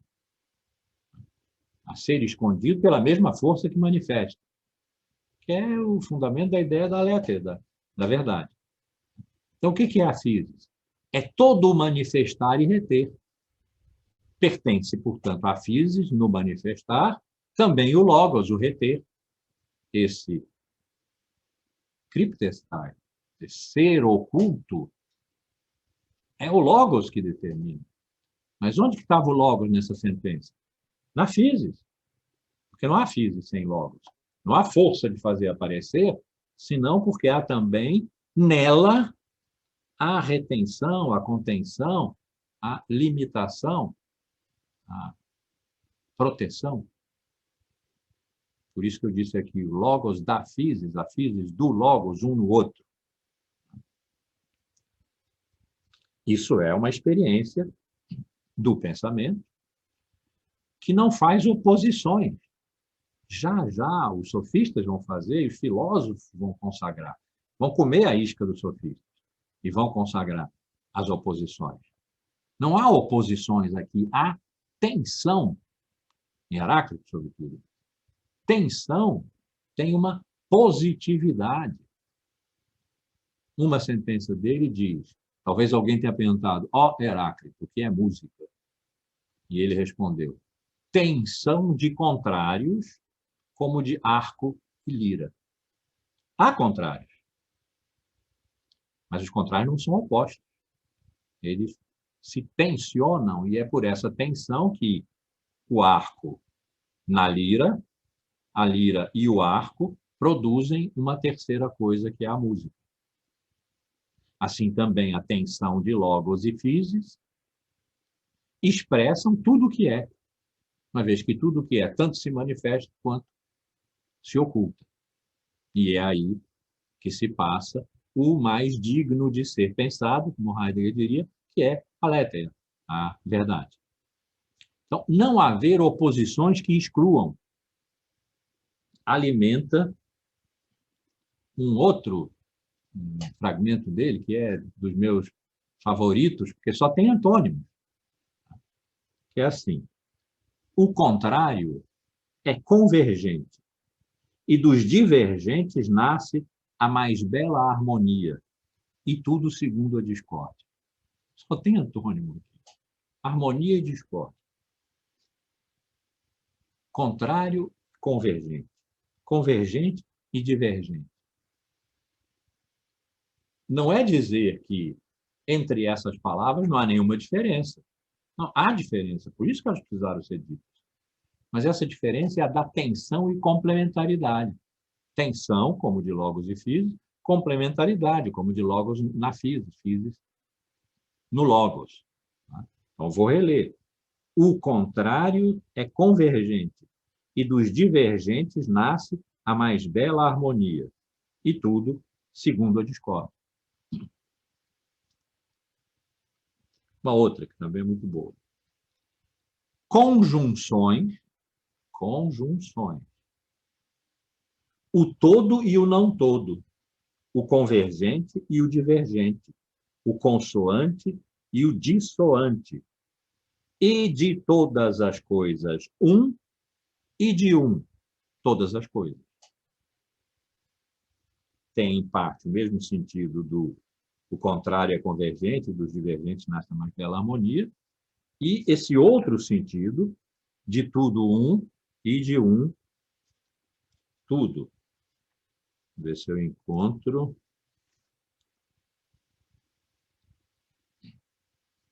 Enquanto não encontro essa que eu estou procurando, tem a do arco e lira. Não compreendem como o divergente consigo mesmo concorda. Harmonia de tensões contrárias, como de arco e lira. Harmonia, tensões, contrários, divergente, concordância, divergente concorda. Nada aqui que seja oposição, uma identidade, outra identidade. A questão da identidade não está aqui.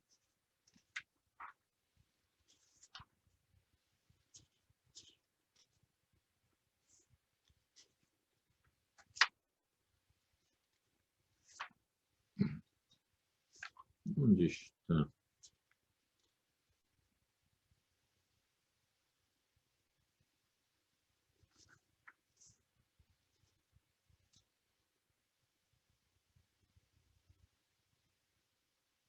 Não estou achando. Ah, tá. Está aqui. Aqui é o 50, fragmento 50. Não de mim, mas do Logos, tendo ouvido, é sábio, essa tradução aqui propõe homologar. Homo, o mesmo, legem, dizer, é sábio dizer o mesmo que ouvi do Logos. Então, não de mim, mas do Logos, tendo ouvido, é sábio dizer, tudo é um. E aí vamos voltar àquele, e de tudo e de tudo. Cadê as oposições? Hoje nós fazemos oposição. O 23 4 séculos, nós fizemos oposição entre tudo, a totalidade, e a singularidade.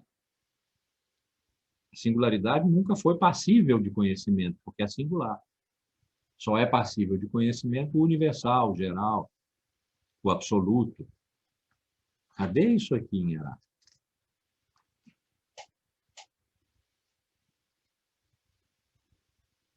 Essa que eu já citei. Esse mundo, o mesmo em toda parte, ou mesmo em todos os seres. Nenhum Deus, nenhum homem o fez, mas era, é e será um fogo sempre vivo, acendendo-se em medidas e apagando-se em medidas. Um fogo sempre vivo. Aí a gente diz, não, Heráclito considerou que a essência do mundo é o fogo, como Tales considerou que era a água. Isso é francamente uma tolice. O que ele está dizendo aqui é o mundo move-se como o fogo, mostrando-se e escondendo, que se acende em medidas e se apaga em medidas. Que tanto se mostra quanto se oculta. E metaforizou esse movimento no elemento, porque eles pensavam em termos dos 4 elementos, no elemento fogo, que é aquele que ele define não, porque eles não faziam definições.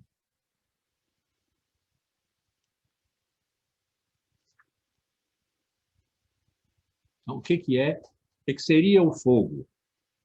Esse que está aqui metaforizando, né? É aquilo que, transmutando, repousa. Quer dizer, cuja natureza, cujo repouso, sua qualidade de ser, é a transmutação. O fogo é aquilo que, na medida em que transmuta, em que muda, em que faz aparecer, desaparecer, na lógica do fragmento anterior, é aquilo que ele é. O fogo é a transmutação, mas ele não desaparece quando se transmuta. Ele não passa a ser outra coisa que já não é fogo, é sempre fogo e sempre transmutando. Faz aparecer, faz desaparecer.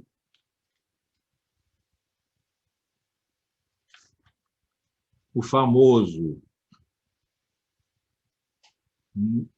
menos famoso, no mesmo rio entramos e não entramos, somos e não somos. Isso parece que ele tinha feito uma visita aos míticos, depois Parmênides explodiu essa ponte. Fez uma visita aos míticos para quem ser e não ser não eram um problema. Tinha centauro, tinha ninfa, tinha semideus. Ele está dizendo aqui, somos e não somos. No mesmo rio entramos e não entramos, somos e não somos. Que bate naquele que é o mais famoso, ninguém se banha 2 vezes nas águas do mesmo rio. Por quê? Porque da segunda vez que entra já não é o mesmo. Nem a pessoa que entra, nem o rio que passou. O que é idêntico aí? As margens, que não são rio.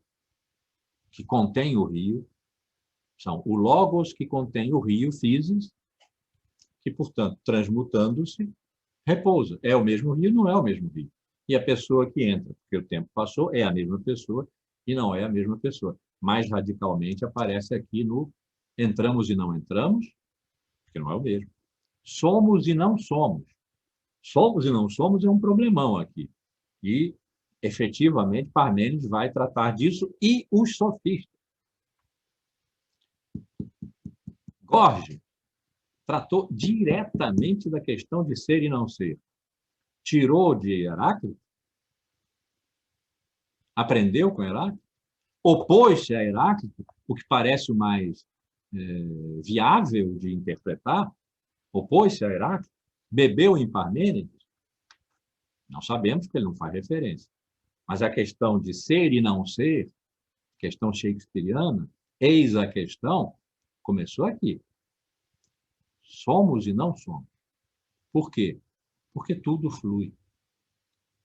Essa é a definição que, em geral, se faz de Heráclito. Heráclito é aquele filósofo do tudo flui. Ele não disse isso, não está em nenhum dos fragmentos, tudo flui. Mas é o que ele está dizendo aqui, quando fala do rio, entramos e não entramos, somos e não somos, ninguém se banha duas vezes. O que ele está dizendo é, se quisermos compreender o que significa serem todas as coisas, devemos olhar para o fluxo, para a transformação, deixar de ser alguma coisa para vir a ser outra coisa, que, no entanto, não é oposta àquela primeira coisa. Convergente é divergente, e tudo segundo a harmonia. A guerra é a mais bela harmonia.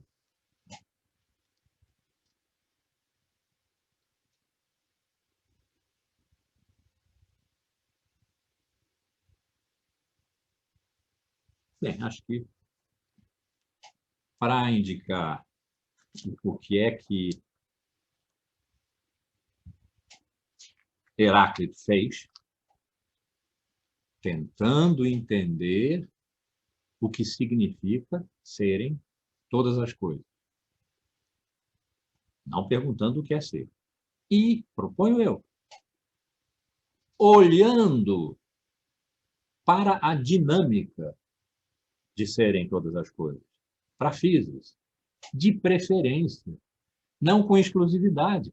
Quando ele disse, se Heidegger tem razão, e deve ter, na interpretação do Natureza Ama Esconder-se, quando ele disse que physis, a força que faz tudo se pôr na presença, philein, tem a tendência de, vai na direção de, cryptestai, verbo na passiva, ser oculto, tem aí a presença do que manifesta e do que oculta, de physis e logos.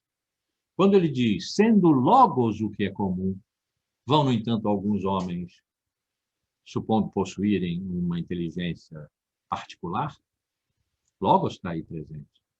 Quando ele diz, ouvindo não de mim, mas do logos, é sábio dizer, junto com ele, homolega, não homologar.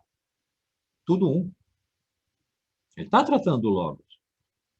Mas, digamos, a tendência preferencial de Heráclito é pensar no fluxo, no rio, no fogo, não para Parmênides. O poema de Parmênides, Parmênides escreveu um poema. Todos os pré-socráticos aparentemente escreveram livros que não foram poemas, com o mesmo título, Perifísios. Traduz-se sobre a natureza, de natura, latim, sobre a natureza. Mas peri, como em perímetro, é em torno de, cercando, andando em volta. E physis, já vimos, não era para eles a natureza, o ente natural lá fora. Era a força de fazer aparecer. Era o estar tudo presente numa aparência. Momento em que a aparência não era uma coisa negativa. Era a presença de tudo que é. Era o modo de ser de tudo, estar presente, aparecer. Então, Perifísios de Parmênides é um poema. Que, por isso é que tem longas citações, às vezes 20 e tantos versos, 17, que dá uma noção maior da estruturalidade do seu pensamento. Os fragmentos de Heráclito, que são muitos, foram organizados por Dietz e Krantz numa ordem que lhes pareceu razoável. Os de Parmênides provavelmente estão na ordem em que foram escritos. O que nos permite conhecer do poema de Parmênides algo que nós não conhecemos dos fragmentos de Heráclito, a sua estrutura. Parmênides escreveu um poema no qual, lembra um pouco a comédia, depois chamada Divina, a Divina Comédia do Dante. A deusa, Atena, a deusa da sabedoria, não é nomeada, certamente, a deusa da sabedoria, conduz pela mão o filósofo pelos caminhos que vão dar nas portas de dia e noite. De dia e noite. Conjunção. E vai explicando. Dizendo, olha, esse é o caminho da persuasão. Essa vai ser uma questão forte para os sofistas, persuasão, a oratória, a retórica, a qual vão se opor os filósofos. Este é o caminho da persuasão, que acompanha a verdade. Uma vez que é necessário, é conveniente, que nós estejamos persuadidos da verdade, para não sermos ignorantes dela.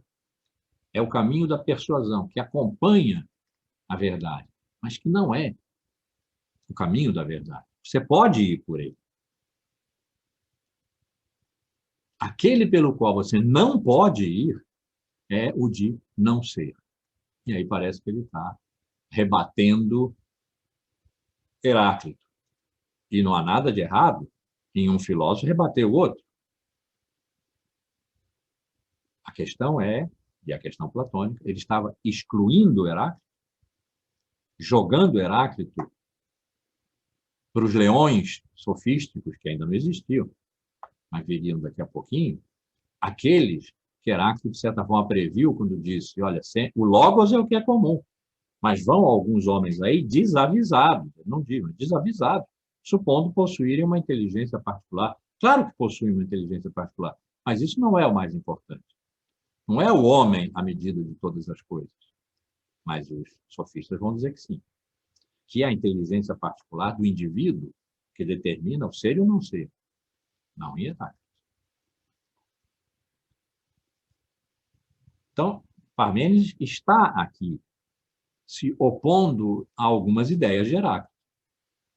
Às vezes, muito francamente. Aqui ainda um pouco no implícito. Ele não diz Heráclito foi pelo caminho do não ser, mas há o caminho da persuasão que acompanha a verdade, mas não é o da verdade. Há o caminho do não ser. Esse, de jeito nenhum.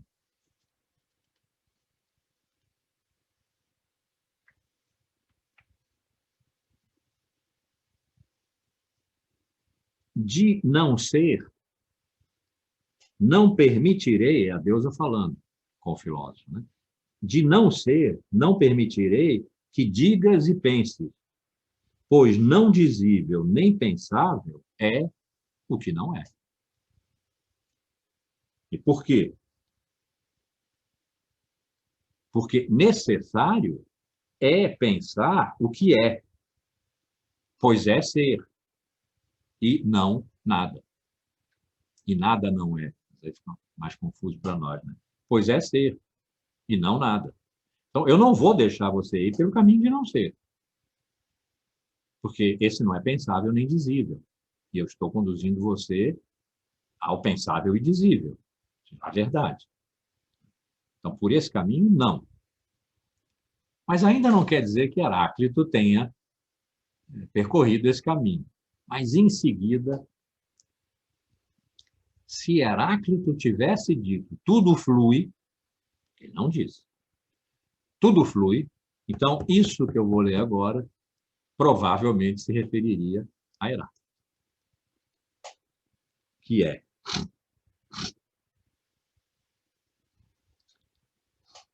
eu vou ler e depois explico, porque está na ordem inversa. E como depois pereceria o que é? Como poderia nascer? Pois se nasceu, não é. Nem também se um dia é para ser. Assim, geração é extinta e fora de inquérito, perecimento. Vamos admitir que Heráclito tivesse dito tudo flui. Tudo flui significa tudo para ser, primeiro precisa não ser, não ter sido. E depois, sendo, precisa deixar de ser. Ou não há fluxo. Tudo flui significa algo que não era, veio a ser. Disse também que ele é o pensador do vir a ser. ou do devir. Algo que não era, o que não é pensável, algo que não é. Você já disse há pouco, Parmênides, né?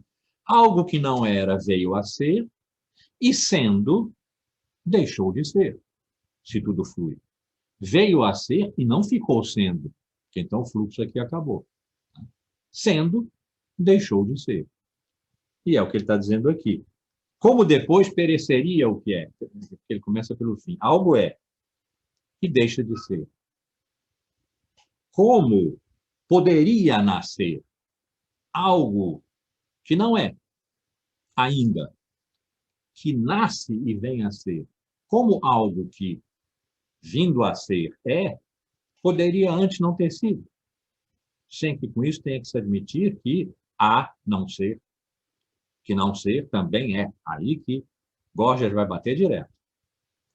Que não ser é antes de ser. E volta a ser depois de ser. Porque tudo que não é vem a ser e tudo que é deixa de ser. Não é possível, diz Parmênides. Portanto, nós não vamos procurar isso.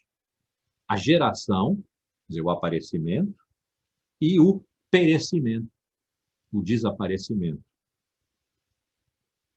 Assim, geração é extinta e fora de inquérito, perecimento.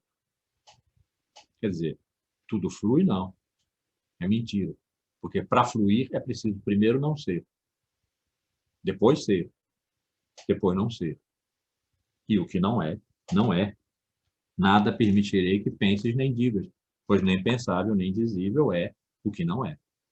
Resta, então, só um caminho. E sobre este, indícios existem, bem muitos, de que, ingênito sendo, quer dizer, não tendo tido origem, ele não foi alguma vez e veio a ser. Ingênito sendo é também imperecível, nunca deixará de ser. Pois é todo inteiro, inabalável e sem fim. Nem jamais era, nem será. Lembram do Heráclito? Um fogo sempre era, é e será, um fogo sempre vivo. Nem jamais era, nem será, pois é agora, todo junto, uno contínuo. Pois que geração procurarias nele? Por onde, donde crescido? Que ele repete depois. Então, ser é o caminho que resta. E esse, ele não disse isso aqui, mas pegando nesse, se vocês quiserem, são os fragmentos 7 e 8, foram apanhados no Sofista de Platão, em Sexto Empírico, na Física de Simplício, e são uma batelada de versos, são 61 versos seguidos. Então, pegando em determinados pontos desses 61 versos, é possível imaginar que se Parmênides fosse um filósofo dos que define, e que os filósofos vão ser, é preciso definir. Aqui não. Se fosse um filósofo dos que define, e se pudesse aceitar a pergunta, o que é ser, Parmênides? Defina ser, porque ele não podia, nem queria. Ele diria, e assim nós o recebemos, ser é uno, imóvel, eterno, imutável. Eu já disse essas coisas aqui. Né? Indícios existem bem muitos de que ingênito sendo é também imperecível, eterno e imutável. Pois é todo inteiro, inabalável e sem fim, imóvel. Eterno, imóvel, imutável, uno, nem jamais era nem será, pois é agora todo junto. Uno. Uno, eterno, imóvel, imutável. Esse foi o Parmênides que Platão leu. Há muito mais Parmênides do que o que Platão leu. Ou melhor, Platão há de ter lido todo o Parmênides, porque o livro certamente existia, uma vez que foi só Aristóteles que os condenou. Eles pararam de ser copiados depois. Platão leu, obviamente, o Parmênides inteiro. Mas foi aqui que ele se fixou. E ele se fixou aqui por causa dos sofistas, que estão entre, século V, entre o sexto dos pré-socráticos de Parmênides, contemporâneo de Sócrates, e o quarto de Platão.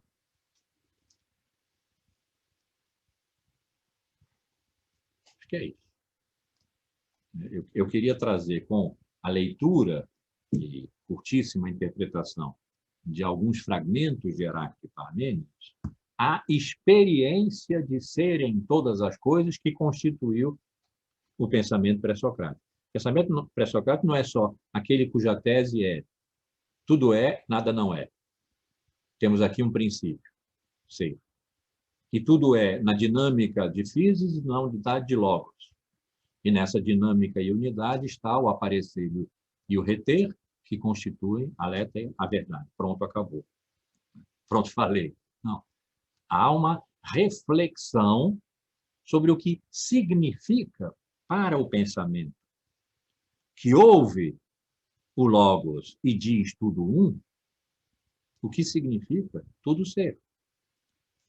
Está em Heráclito, segundo a dinâmica de Físico, está em Parmênides, segundo a fixidez do logos. A fixidez do logos foi onde, possivelmente, Parmênides formalizou excessivamente o pensamento pré-socrático, o que deu motivação a Platão para escolhê-lo como fundador da natureza absoluta do pensamento metafísico, do pensamento filosófico 2 séculos depois.